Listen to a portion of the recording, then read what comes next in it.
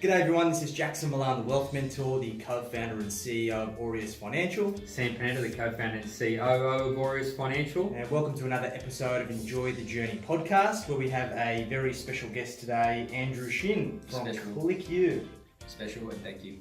Mate, thanks for coming on the show. Mate, so we also met quite recently at the Business Blueprint Conference. We had a very good chat at our visit to Jonas when we were enjoying some fine dining. Usual Tuesday for me. A usual standard Tuesday in the world of a marketer, hey? Beautiful. So, mate, talk to us about ClickU. What is ClickU? Who is Andrew Shin? ClickU is my business. I'm Andrew Shin. ClickU is a Google advertising company. We help businesses get to the top of Google and convert people out there looking for your services or products at the exact moment that they're looking for your products or services. Beautiful. Okay. And look, obviously, AdWords has been around for a really long time, right? And it's gone through various iterations. And I'm sure most small businesses out there, I know that we definitely have in previous lifetimes, utilised AdWords. So what made you want to get into Google advertising and have that as a business? Funny story, actually. When I was in uni, I did HR and marketing as part of my degree. Mm-hmm. They were the majors, and I always thought I was a HR guy. Human resources sounded like I'd be around people, be the people's person. Consider myself kind of a people's guy, you know. Love chatting. Turns out it's not like that. No. Turns out you're not the people's guy. You are the communist. So I applied for all these jobs, and I applied for all these HR jobs anyway, because I didn't realise this till afterwards. And then I applied for one online marketing gig that was in Macquarie Park when I went to Macquarie Uni. So it was really close to uni, and it was the one where I got a job. Yeah, so nice. I started, that was an online marketing company. It was the first Google advertising partner in Australia, and it was massive. I think they had 10, 20,000 clients, like wow, huge number of clients. Yeah, big company, and they were like multinational, you know, had legs here and there. And it's just, that's how I got started and got plunged into this world of marketing. And it just sort of came onto me rather than, I was really going for HR. Sure. Yeah. And what was your first experience like when you first started with working with companies like this that do AdWords? A lot of them are like boiler rooms. So like they used to they probably still do it now, and they do email now, but they used to just call random businesses going down a phone book and run through the yellow pages and be like, hey, do you want Google AdWords? Do you want Google AdWords? And then they have like a lowish success rate, much lower now because people are more aware of it. Sure. But back then they used to that's how they got a lot of their clients, and they got like big companies, little companies, a lot of mum and dad, public, whatever. And they need, these guys in sales need to sign people on. They're commission based, and they just need to sign people on regardless of what their needs were, etc. And it just wasn't a model that was going to work. You can't offer it to everyone. Yeah, look, I think that I've heard more horror stories in AdWords and Google marketing than probably any other area of marketing, given that it's been around for so long and there are a lot of sharks in the industry. So from that experience, obviously being in a business that was pretty much a boiler room and learning all of that, like what did you learn from that experience? Well, I think most big companies do outbound sales, so it's like not really like a different thing, but like just watching how different the needs were based on what products they were being pushed. That was like when I was like, oh man, this is, and I didn't get any commission. I was the guy making the campaigns at the back, getting yelled at, and not yelled at, but like, you know, why isn't the campaign working? Because you signed up a plumber in Sydney on $5 a day and the clicks cost $10, for example. And you just can't do anything with it. Yeah, what am I meant to do, you know? And, my mum and dad have a small business, and I was like, God, I'd hate for my parents to ever end up in this situation where they've been sold the dream and really come back with, I've just lost my money for like 6 months. You know? And is this what got you into business? Is this what got you into ClickU? Yeah. So I wanted to essentially have a transparent service where I could really help businesses. And I started off like with smaller businesses, and I got to medium-sized businesses. Now I'm like starting to get like bigger businesses as well.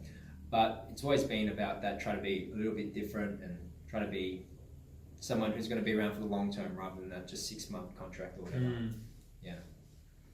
And so what are some of the things that you're doing at the moment to help your clients get recognised on Google? So I think the biggest one is when they come over, they want transparency. A lot from the other firms, they don't have transparency. They might not have access into their account, which is like a big thing. We want to have access and like reports as well. Like the access is great, like to back up, but the reports sort of show what is going on in the account without them actually having to learn the whole platform. But if they were ever to move away or do whatever, we want them to have access to their account, access to their data, and they can move along. Essentially just being upfront and honest with people when you're signing them up. Like I said, if there are businesses out there who aren't suitable, I'm not going to sign them up. That's my biggest one. So like if they come to me and their needs are here, and this is what Google AdWords can offer, I'll be very transparent about that before we start. And some businesses, it's great. Like I said before, there are like glaziers and these industries where there's like a time limit in the consideration period where people go, oh my God, we have a broken pane of glass. We're going to need someone. I don't know a glazier, so I'm going to look for one on the internet, and most likely they're going to click from someone in that top section there. It works really, really well in some industries. Whereas if we move over to financial planning, for example, you have a lot of competition for a small little outfit. Small little mum and dad business are never going to have the budget to bankroll a campaign that can stay up and convert enough for them to create a profit from it, at least in the short term anyway. Unless they're, that's what you've got to consider as well. Maybe the client that the acquisition costs you a little bit more at the beginning, but you guys might have a longer lifetime client value, and that's where you've got to sort of find out whether it's a model that works for you or not. And that's the polar opposite to what these boiler rooms were doing. They were just cookie cutter approach. Everyone gets the same thing. Doesn't matter what business you're in. Doesn't matter how big you are. This is the product you're going in, and you've essentially flipped that on its head. And you're going, no. Let me find out about you first, and then we'll tailor the approach to the individual and the individual business. Exactly. If someone offers you something for $1,000, and then by the end of 3 days they go, look, there's a deal on. We can give it to you for $500, or there's a discount on this week, or whatever. I don't buy it. I don't buy these discounts. They'll never discount it. If you're catering, the car dealership says, it's now half price. I go, wait, what is going on?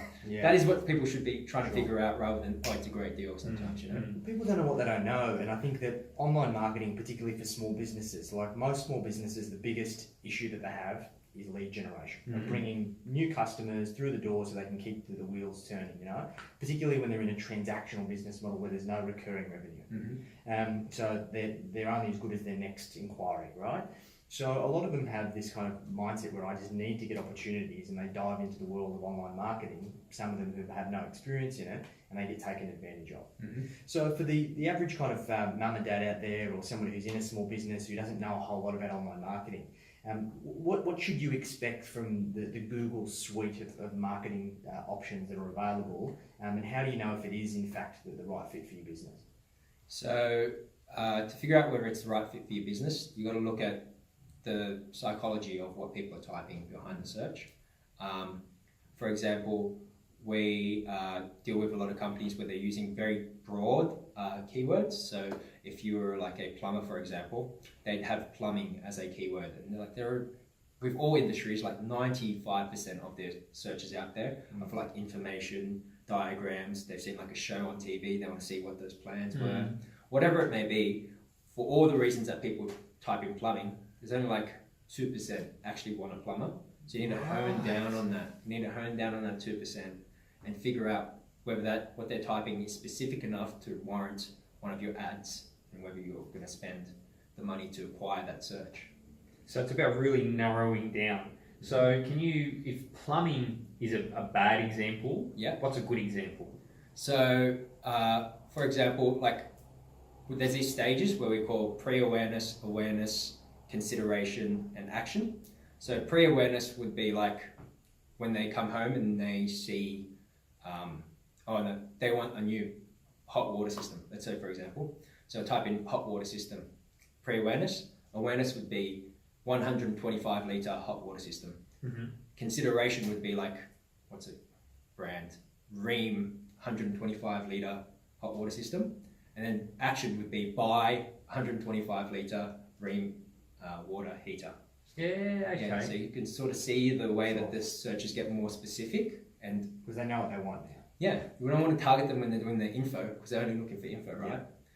So we want to get them when they're in that final stage of And purchase. do you find that a lot of these businesses tend to fall into the trap because you'd expect that the really generic keywords are probably cheaper, right? Because they're less specific and there's less outcomes generated off the back. Exactly. And the ones that are more specific are quite expensive. Not always. Okay. Not always. So if you're really, what's the point of spending small money on useless keywords? They're cheap for a reason, but they're not that much dearer. Like really, if you have a look in the scope of things, your money's going to be spent anyway. You've got a budget, and yeah, the keywords are generically not that much more expensive. I don't think. Yeah. Right. Okay. And I guess from an external perspective, like when it comes to understanding how AdWords works, so it's like a cost per click type of arrangement, right? Yeah. So, and in terms of the value of that click, so how does the price of certain keywords change? Well, that's a good question. So let's run through it in my mind.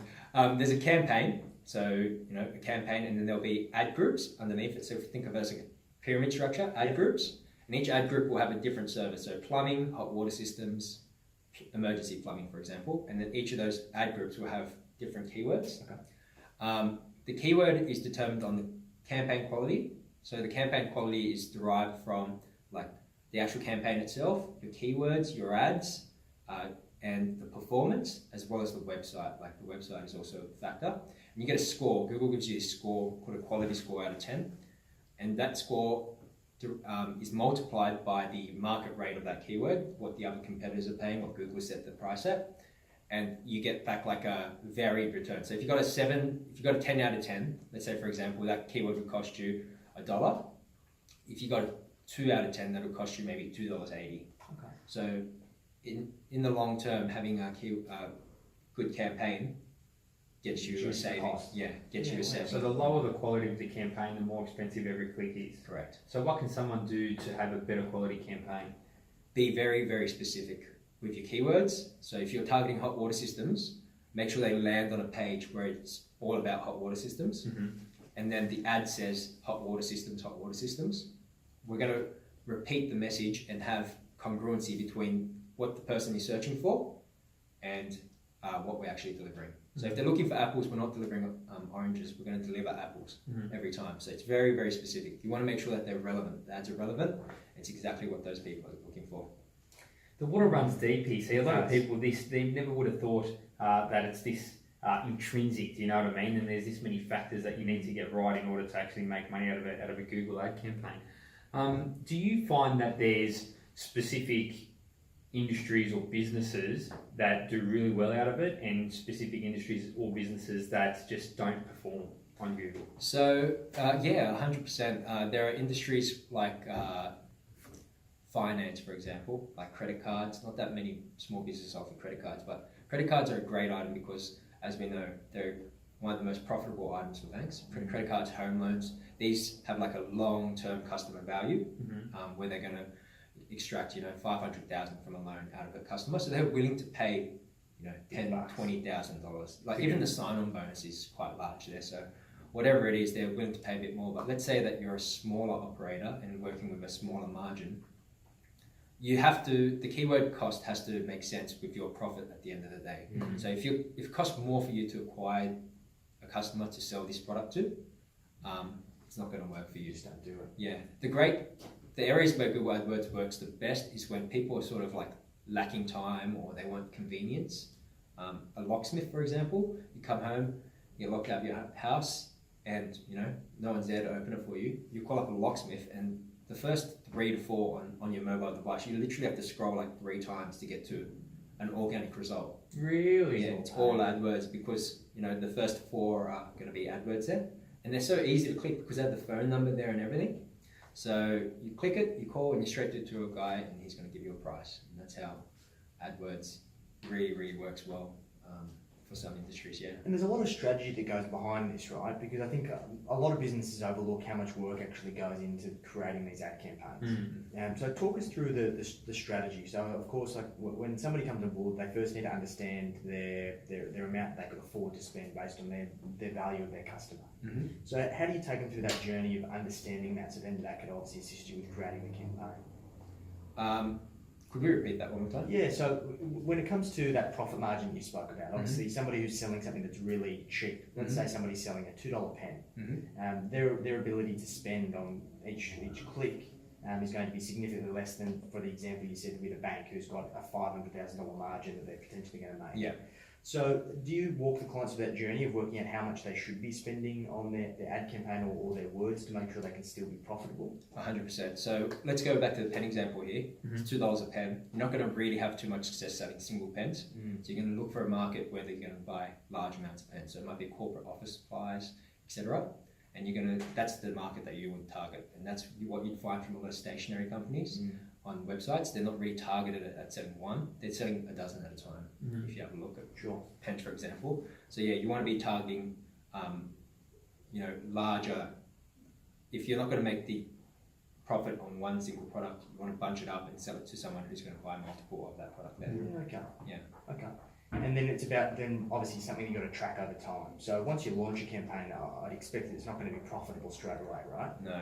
So as much as you want to block out all those information and all that kind of stuff, I think it was 40% of searches are new searches, ways people write the same thing but in different ways. So you might look for something a certain way, plumber in Brookvale, and you might type in emergency plumber, Brookvale, Manly region, for example. There's all these different ways to write exactly the same thing. So we need to make the campaign broad enough to get all the misspellings and ways that people would swap around the words, but at the same time block out all those information requests and pricing and whatever it is. And this is the fine balance that we want to get so that we can not just only get our keywords, but all the other ones. Just because you spell plumbing wrong with a one letter wrong or a plural version of that certain word doesn't mean it's any less of a good inquiry. Sure.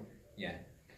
Sounds tricky. It's very tricky. It sounds tricky. Not so much. I feel like I'm explaining it more tricky than it is, but I don't know. I've been doing this for a little while, so That's what it is, mate. I think because you've got the skills right, you look at it and you can work it out straight away. It's very easy for you. But with Jackson and I'm already going grey thinking about it. I would have made 100 mistakes by now. Do you know what I mean? And how long have you been in the game for? I don't know, maybe 7 years. 7 years. That's what 7 years in the game does. Do you know what I mean? So, what do you think the future holds? Because AdWords has changed a lot. Oh man, a phenomenal amount.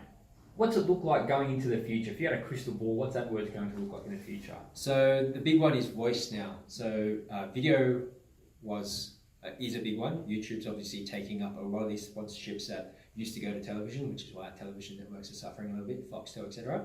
They see all this revenue, and now big companies are going to YouTube instead, where it's more targeted. If you're watching Carvier and you've got a car company selling insurance, most likely that person is going to be a target market of yours. It's really, really good like that.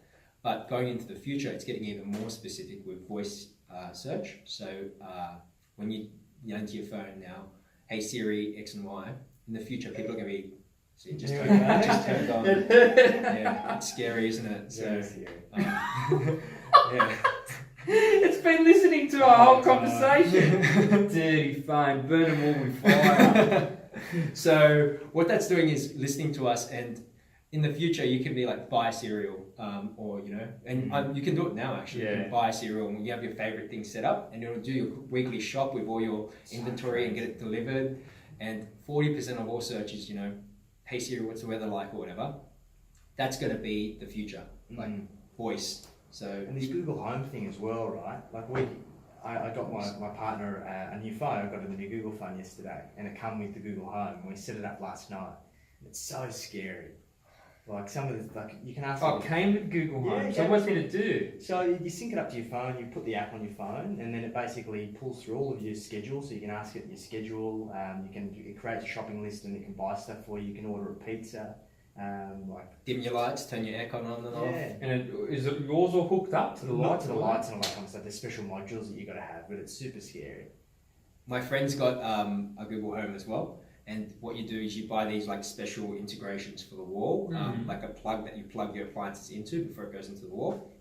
It's got Wi-Fi enabled on it, so anything that you get this power plug and plug it into, anything that can connect to power, essentially you can connect it can be hooked up to this Google Home. Wow, the future's here, right? Very, very crazy. So how do you think that's going to change how you do business moving forwards, mate?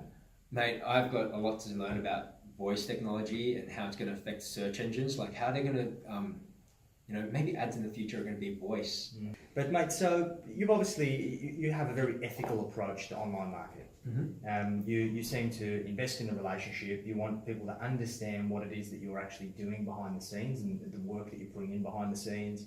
It's a collaborative relationship, which is very, very different to a lot of more predatory online marketer relationships that I've seen in the past. And it's very similar to our industry in a way, where, as we see right now, that we're going through this big royal commission, where there's people that have been taken advantage of for years that were completely unaware, and people have abused their position of power whilst kind of being under the guise of helping people. And so our industries are very, very similar.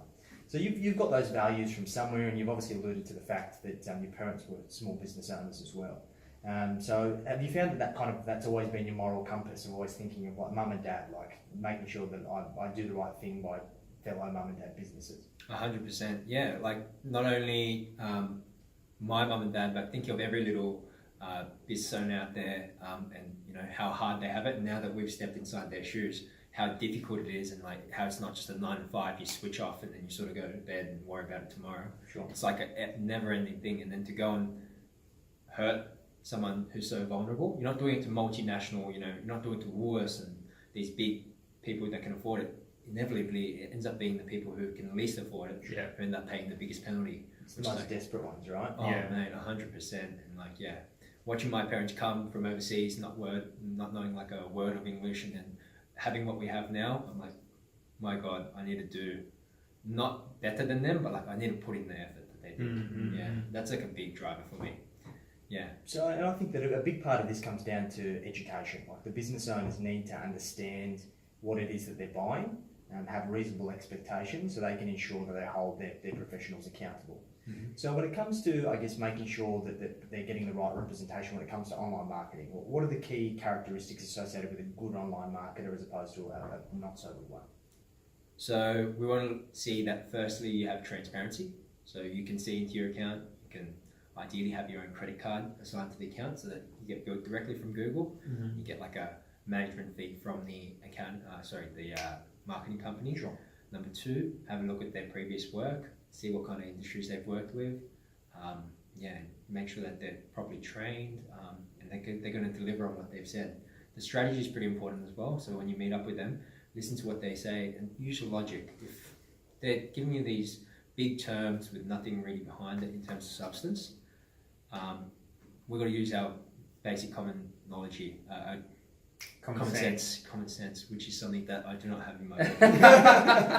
But going back to that purchase funnel, think of that purchase funnel. And if they're pitching you these great price for generic keywords, think about it. How many of these people are actually going to convert? Start putting yourself in that purchase funnel and putting yourself in the consumer's shoes and going, if I was my own customer and I was searching for my business product or service, would I buy off the phone or would I buy off a search? And if you ask yourself, you ask your friends, you ask your family, and they go, no, I'd never buy that by searching for it and just buying it off the internet, off the top of that. Maybe you need to reconsider and develop a new approach. But there are many industries, not saying that industries can't, but that's how I'd see it, That's the biggest argument. Yeah, I had a really bad experience with AdWords. So for many of you listening and watching, you know that I used to run a men's fashion business online. Can't you tell? Can't you tell I'm a very fashionable man? Oh, red belt, give it away. Yeah, exactly. Everyone knows the red belt. So, and I was getting to a point where we're getting some scale. I'd kind of exhausted my personal network of people supporting me. So I was then going to the online marketing space. And as you know, e-commerce is super competitive. And it's very hard to look at it objectively when you're desperate. You're looking to scale, you're ambitious, you're trying to grow, and then all of these marketers can smell it from a mile away, and they're trying to give you all of these sexy strategies. And I remember the strategy that this one firm that I ultimately went with that had a terrible experience, that they said, what we're going to do is we're going to run AdWords campaigns for really low cost keywords, like people looking to how to measure themselves, like men looking how to measure themselves. Because we feel that if someone's looking to measure themselves, they're probably buying online. So therefore, we're going to be able to send them onto your website. And they go, wow, that's a genius idea. It's like 6 cents a click or something. And there's all this traffic every single month of people searching for that. but none of it converted. And they dragged it along for so long. We blew thousands and thousands and thousands of dollars. And they kept saying, no, it's going to work. We're tweaking this and that. And there are some really dodgy tactics out there, and people that just really have no integrity when it comes to doing these kinds of things. And I got burnt really badly. So I think that it's important that, as you've said, you have to ask yourself, but sometimes it's very, very difficult when you're caught in the moment and you're desperate. What were you exactly selling? So men's fashion, so men's kind of smart casual. Smart casual. So if they're looking to get measured, I'd say that, just working through this logically, they're probably looking at suits. Who gets measured for t-shirts and casual wear? We know, we just go, yeah, mate, like I'm a medium usually, I'll put a small on, like. No, but seriously, who gets measured? Exactly right. And who looks to get measured? Usually, there's tutorials for this stuff. They're looking for a tutorial, right? Yeah. So we've just walked through the path of what those people were searching for. Like, just break it down, what they're searching for. Do a bit of thinking. And for casual wear, it is a tough market. Yeah. And you'd need a different approach from just targeting people who are looking to get measured. Because I'd say the majority of those people are even looking for tutorials, like 80 to 90%, and the other 10% were looking for a place that actually tailors suits. Because no one unless who are we, Kanye West, do we get shirts tailored, No, mate. So We can't. Does Kanye West get shirts I'm tailored? sure he does. I'd Someone like out to there get my does. shirts tailored. I think that just further illustrates that you need somebody who you can trust on your side when it comes to this stuff. Because like, you're on the coalface, mate. You understand what works and what doesn't. You understand the strategy and the mindset that goes behind this kind of stuff. And from an end user's perspective, it just pays to get good advice. So I think that just hits my point home, mate. So I think that's a good thing. Yeah, when you get a strategy from them, such as like if you got that and you explored it with a few people, not everyone has friends, unfortunately, but if you do have friends and family, go and ask them, hey, like we'll be your friend. If you don't have any friends, reach out to us free and we're going to be your friends. Put on your Facebook business page and go, hey guys, this is what we're looking to target. What would you expect if you were typing in this in? Because if you're so narrow-minded and thinking on that one thing, get other people's opinions. Hey, do you reckon these people would be looking for my products or services? And then start breaking it down, because that's a free trial market that you have right there, right? Yeah. Yeah, it's cool. True. So let's dive into your business. So how long has it been since you've been in ClickU? ClickU's been gone for, I think it's coming up to 4 or 5 years. Okay. Yeah. And how's the journey been so far? The journey's been good. I get the best part of my job is helping businesses grow and watching them go from quiet to busy just watching that growth and watching that happiness is really something that drives me. And the bad stuff is like when something doesn't go as planned and you're just in panic mode and like every other business trying to put out a fire, trying to figure out a way for this to work, because you're sure that you can make this work, but we just haven't hit the right formula just yet. So taking on campaigns where they've been like poorly managed, and then like the best part is like running reports and finding out exactly what they've been doing and then showing it to the person and being going like, that's where you've been spending your money. For example, like yourself, if we got that AdWords account, we pulled up reports, we can find out exactly what people are typing and actually like looking for, and then like break it down and be like, oh, we'll just highlight the ones that were relevant, and you go, oh, only like 5 or 10% of the people actually were looking for my products or services. You go, look, that's an immediate improvement without all the other quality stuff or whatever we were working on before. Immediately we can make this improvement by getting rid of all that irrelevant stuff and only having the relevant traffic there. And that's if you don't even change the campaign, but usually we go through and we change the strategy of who we're targeting and how we're targeting them, and trying to get to that 2%, that buying 2%. Beautiful. So what have been some of the biggest lessons that you've learned being a business owner, mate? Ooh, at first it was all fun and no idea, sort of just going out there and doing what I can. I have to be very honest here. And then as I get more and more into business, it's like, I need a plan for stuff, which is where this like 52 ways of business and stuff is coming really handy. Also hanging out with doing a lot of business networking, you get exposed to a lot of businesses and you're like, wow, they have so many systems and planning and you're just like, wow, these are the steps I sort of need to take, and they're daunting. But going forward, I think that I need to really systemize and do all that stuff that they're doing, because in order to get this result for everyone that I want to get it to, I need to follow a good system. Sure. Yeah. So do you think that's going to be, I guess, as part of you continuing to grow and trying to keep that integrity of being able to deliver value, not turning into that cookie cutter kind of boiler room type of thing? How are you going to work to be able to get that scale to continue to grow your business but still deliver value? It's easy because we have like very good client retention. So like it's just like the growth might not be as fast as other companies, but we've got a stable base to build upon, and that's our biggest advantage. So we're not going to have sudden changes and whatever.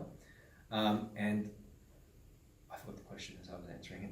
So is how you're going to continue to scale? How am I, mate? Stick to the same principles, mate. We're going to keep doing what we do, unless Google changes in the next 10 years, which technology can. Sure. That would be our biggest problem. If when we're growing up, Yahoo and Ask Jeeves was the big thing. Ask Jeeves! MySpace. Technology can be real crazy like that, in the next 20 years with voice coming out, we might get like a nobody turn into the biggest thing. Sure. It's not like an industry where like Microsoft is like a dinosaur now, right? And so is Yahoo and whatever. Like they just don't tend to last as long. So it's going to be very interesting to see where the next patch of technology goes and seeing whether I can use that to help people or maybe just embrace it as a consumer. Look, I think the whole thing about being a marketer is that you understand the strategy, the fundamentals that go behind marketing, right? And the platform is just a tool in your toolkit, basically, that you use in order to allow people to go from unseen to seen. So I think that it's about being able to be dynamic. Because you see a lot of these marketers who specialise in a particular area, like SEO has been disrupted huge at the moment, or has been for the last few years, right? And where SEO agencies used to be the flavour of the month, they're struggling a lot now, right? So it's just about being able to adapt. It's going to be hard though, because with Google, I think they have like 94% search engine dominance in Australia. Yeah, wow. We have like one of the highest in the world. So like other countries might still have other options. Australia's pretty much locked in at this stage. Or Google until we see a shift. So it's been like a pretty good path for SEO and AdWords and online marketing in general because we've got this one product. But going to the future, who knows? And it's exciting, it's terrifying. Oh my gosh, I'm starting to already feel old with I don't want to change my phone. I'm on an iPhone. I don't want to swap over to Galaxy because I'm scared of the transition. Do you know what I mean? It's just another thing in my life I've got to get used to. But in the same way, Apple is so dominant in Australia as well. We're gonna move along. The next thing's gonna come. We're gonna adapt, and we're gonna. Do you remember when Nokia was dominant? Everyone had a Nokia. Everyone had a Nokia. 3210. Now I don't know anyone with a Nokia. Is the company even still around? Does it exist? It still exists, and they're still selling to they got bought out and sold, and they're selling to third world countries. But even in third world countries now, they're getting internet. They got phone reception now in most parts of the world, but now they're going to go internet. Everyone, the next vision for Facebook and stuff is to have these balloons flying around the world and just giving everyone internet, Wi-Fi. Yeah, so Nokia's going to be made redundant again. Yeah, it's gone. See what I mean with technology? It's a technology company at the end of the day, and the technology is going to keep up. Yeah, Sony, man. How big was Sony back in the day? And just boom, just a blink of an eye, one Walkman, and then it's went into MP3s and they lost it. So crazy. It's a crazy world we live in right now. But I'm embracing it, and it can be used for good. There's so many industries out there which can use this technology to really boost their voice and target people who are looking for your services at that exact moment. That's the most powerful thing about it. You're not projecting to them what they don't need. Sure. They're looking for your services and products. It's true. It's the best part about it, and that's why it works so well. So, mate, you've obviously been in business for a while. You're in business for a reason. So, what kind of drives you, or drove you to be an entrepreneur and to grow your own business? Because it's obviously not for everyone, right?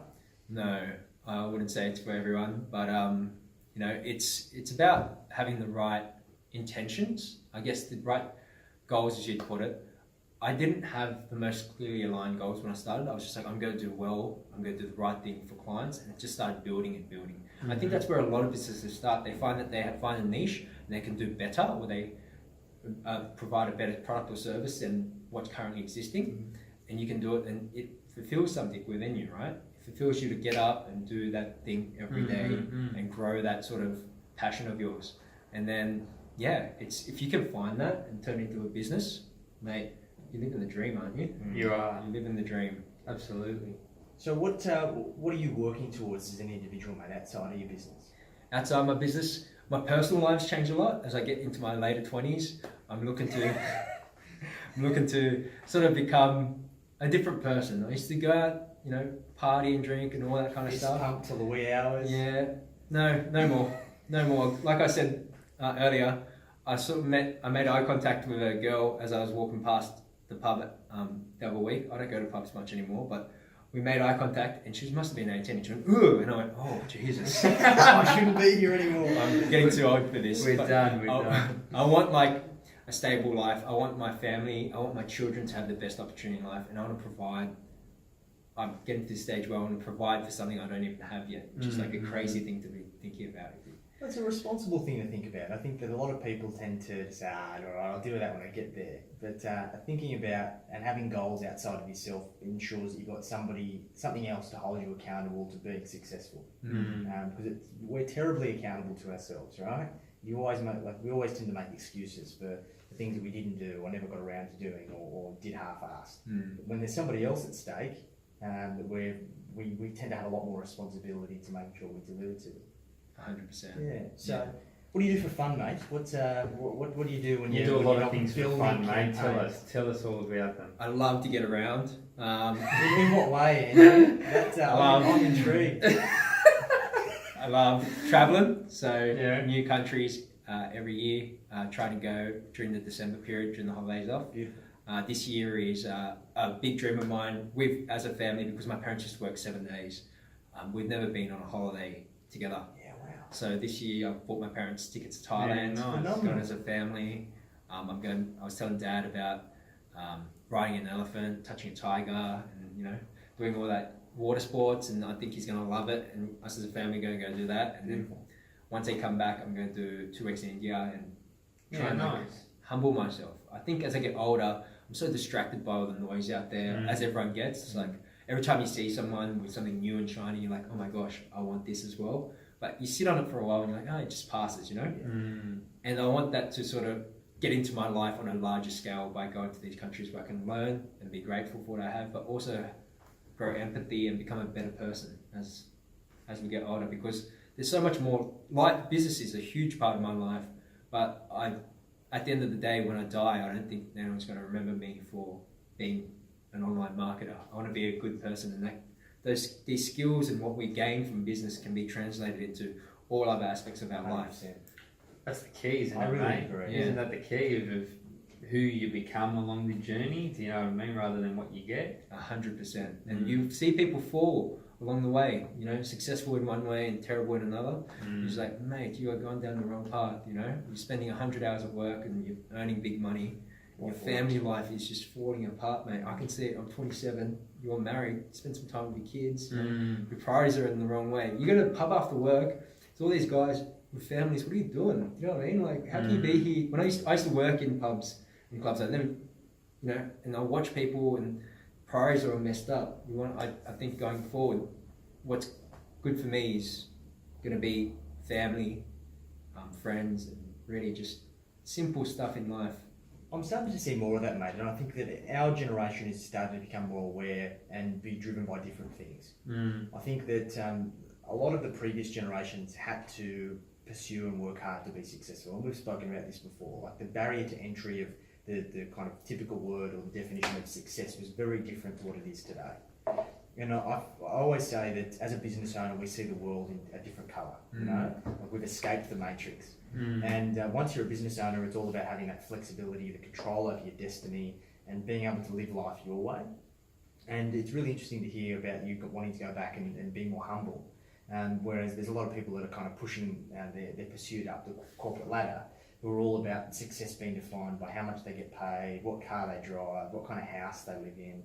And more often, entrepreneurs like ourselves, we don't define success in those ways. It's about the level of fulfillment that we have in our lives as a result of the experience that we've been able to create, which is really interesting. Well, how many business owners do you know that they're very skillful at the craft, right? And they know that they're running their business, that if they left their business alone, and went and worked corporate or went and worked for someone else, that they probably actually earn more money. Do you know what I mean? But the true heroes of society. Well, but it is. There's a lot of professionals out there that are working for themselves. A lot of small business owners, especially, who would make more money working for someone else, but they value their lifestyle and their lifestyle as a business owner much higher than the amount of dollars that they can put in the bank on any given week. Do you know what I mean? And I think not a lot of people are like that. A lot of guys come out of like, being exposed to business when I was so young. I started in my early 20s, and working with so many older business owners, you get a lot of guys who've left corporate, or a lot of ladies who've left corporate in their mid-40s, and they just say it's so unfulfilling, et cetera, and whatever it was. And like, that makes you think, gosh, I should really just do what I want to do, because at the end of the day, following the path of other people is going to make me unhappy anyway. I might as well be, at the worst, be unhappy my own way. You know what I mean? At worst. And it's really funny how you say that business owners see things in a different light, because now that I'm a business owner, I'm like, back in the day, I would have just called the person off the top of Google, or like, just if someone was, I remember once we had a car accident and the tow truck appeared out of nowhere. Some guy ran into the back of us and they towed his car away, and our car was not damaged. And a tow truck driver, two of these guys turned up out of nowhere, and he's like, "Oh, you got to get your car towed." And I'm like, to my dad, he's saying that we got to get a car towed, Dad. Dad's like, "We don't need a car tow, mate." And now he was a business owner who understood that he was being sold a product or service he didn't need. I've got that matrix vision there, you know what I mean? You know what I mean? Like, my brother went to go get his push bike serviced. He came back with all these accessories. I'm like, why have you got a bike pump on your bike? And he's just like, every accessory they had in the shop. Exactly. And he's like, he said, I needed this. And I'm like, Sam, can we just, please, man? That's not his real name. It might be. But,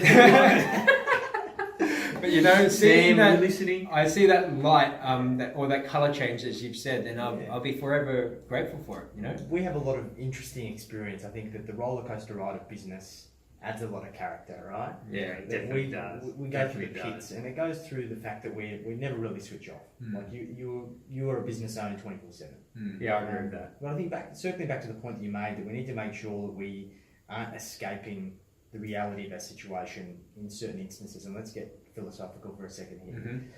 I love this. I'm listening. There's a lot of people, and like you mentioned, the people that are going to the pub and sitting there until the wee hours of the morning to escape having to go home and confront the reality of their situation. They're not living a fulfilling life. No. So, but I think it's very difficult for a lot of people who constantly have their head down, working hard, to stop and reflect on whether they're actually happy. So, in your business, mate, and I guess you have it seems like a good work-life balance. You pursue a lot of sports. You obviously like winter sports. You're a skier. You do a lot of other stuff, like travel and pursue culture and food and all of these things. So, how do you measure your level of fulfillment as a person? I find that working on myself really exposes my flaws. So if I'm more aware of it, then I can build upon it. Right now I'm trying to deal with like emotional balance and NLP and stuff like that. I'm trying to get into that. I'm trying to become a more well-rounded person. And I've forgotten the question as I've gone through that again. I've got a good question for you, mate. You got to answer it for me. You said that you like travelling, you like tasting strange food. Yeah. What's the strangest food you've ever had? So 2 years ago, we went to Cambodia. We went to a high-end restaurant. It was like a chef with a hat. So he's like pretty. Not street food. It's definitely a good restaurant. No, chef with a hat. I saw it on Nat Geo recently, and I'm like, I've been there. And then what they do is they do fine dining food, but all their ingredients are made from insects. Yeah. So it's insects that have been turned into food, and they're saying that this is the future, right? Insects are going to be. Cows are unsustainable. They hurt our environment. Ants. All these other bugs don't. They had like fried tarantulas, like the size of my hand. Yeah, I ate one. Yeah. How was it, mate? It tastes like chicken, man. It tastes not Everything bad. tastes like chicken. It really doesn't taste bad. Ants are very, very bitter. Ants are bitter. So they had like a patty with like ants in it, beetles and stuff. And yeah. And you ate all this stuff. I have to try it, man. I only live once. I'm not going to die. I just feel like anything that I get to, like whether it's skydiving or bungee jumping or whatever it is, I'm just like, what's the point of holding back? Like, I have a crack. Yeah, 100%. Like, what's the worst that could happen? Like, You could die. Really low chances. Like, like. I wonder what my nonna would think if I fried her a Oh, tarantula. she'd lose it, Mate. mate. But like that's what I thought about curry. This is coming from a guy who didn't have curry until I was like Indian Really? curry until I was like 20. I was in London and I had it for the first time. They're like, I asked my English friends, hey, what's the national dish of England? They're like fish and chips and curry. I'm like, what the hell is curry? Like, what do you mean? Like, What? pulling my leg. I didn't understand, and I went and had it, and I've been very addicted since. And now I'm going to India. You know what I mean? Like, I'm glad I like curry going to India because I'd be out of food options. So, mate, beyond that, where do you see yourself moving in the future? Like, what are the things that motivate you in pursuit of, I guess, your ultimate goals? My ultimate goal is to have my parents help my parents out with the mortgage. I'm very happy to have a paid off, humble abode and try to work for it in the next 40 years. I just want to have a comfortable, genuine lifestyle where I can spend it with my family and friends and enjoy those little things in life. I think as I get older, I think back to my childhood and, not having my parents come to parent-teacher nights or those Easter hat parades. I would love to be the dad who's That there. goes. Yeah, just there, yelling at my 100%. kid and like country. What do you call them? Cross country and stuff. Yeah. All those parents who are sort of just sitting around there. Run! I used to love the cross country. You know what I used to do? I used to walk home, mate, straight away. I used to go around the block, jump the fence, and walk straight back to the arena. I'm not running anywhere, mate. What do you mean? Stop that. I used to run home. They used to call them springs. But that kind of stuff, what kind of value do you put on that? Do you know what I mean? Mm. You have a little bit nicer or whatever, or it's only, and I think everything that brings it back into focus for me is like, yeah, we work hard and all that kind of stuff is great, but then seeing the long-term projection of what our lives actually mean, 100%, like we need to keep both in mind in an equal balance. We can't just thrash our lives and work all during our best years of our lives. Sure. Essentially, while we're alive right now, this is apparently the best time to be alive because in 5 years you'll be like, oh, those times are great. Yeah. So, mate, if you were to give some advice to small business owners when it comes to marketing, what would be some kind of hot tips that you'd give them? Find the budget and stick to something that you're comfortable with. Number 2, find out whether it's working for you and measure your results. Find out whether it's being profitable for you or whether you're actually losing money per acquisition.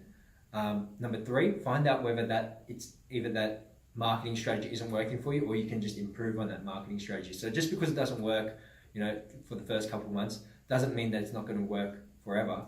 But you should always try and figure out whether that particular strategy isn't working or that whole avenue of marketing isn't working for you. On top of that, transparency again, getting back to transparency, big one. Want to make sure that we can see everything that we're doing.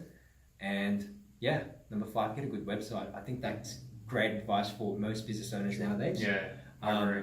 The way I like to explain websites is like it's your online shop front. Nowadays, like we had to walk into our office last week and I was freaked out. I thought it was like, what are you doing here? This is a sticker. Yeah, like just walked in and I just completely forgot that people do this. They're like, we're so used to people calling up now, unless you're retail or something, people generally don't just like pop in just because they're in the neighborhood. It was great once I figured out what it was, but like he just sort of walked in and like, sort of knew what he was doing and I was like, what is going on? Are you delivering something? But it's funny you mention it. We've never had a walk-in. Yeah, really? I don't think we will. It'll freak you out. We'll ever have a walk-in. It'll freak you out. He'll be like, I just Googled you and I saw you come up on the thing, and you said you were open, so I just came in and I was like, good on you. Good on you. Good on you, Monopoly man, and your generation. It was 80 years old. But your website, it's your online shop front, especially tradies and like people who don't really have an office. You guys have a pretty swanky office here. It's not so bad, but a lot of tradies will have like their home address or like a PO box as their main point of business. People aren't going to walk up to that PO box and figure out who you are. Yeah, knock on it and see if anyone comes out.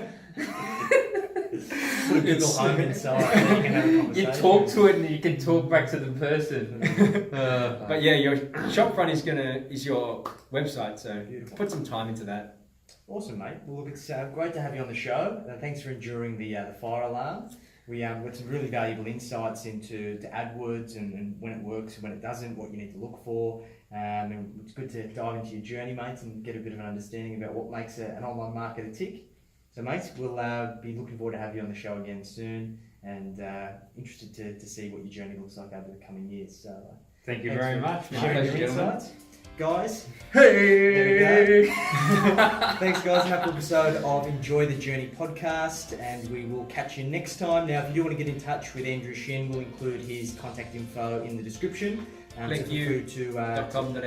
Beautiful. Feel free to reach out to Andrew and the ClickU team if you're interested in getting some more insights around how AdWords can help you grow your business. This is Enjoy the Journey, episode number 22. We will see you next week for episode number 23.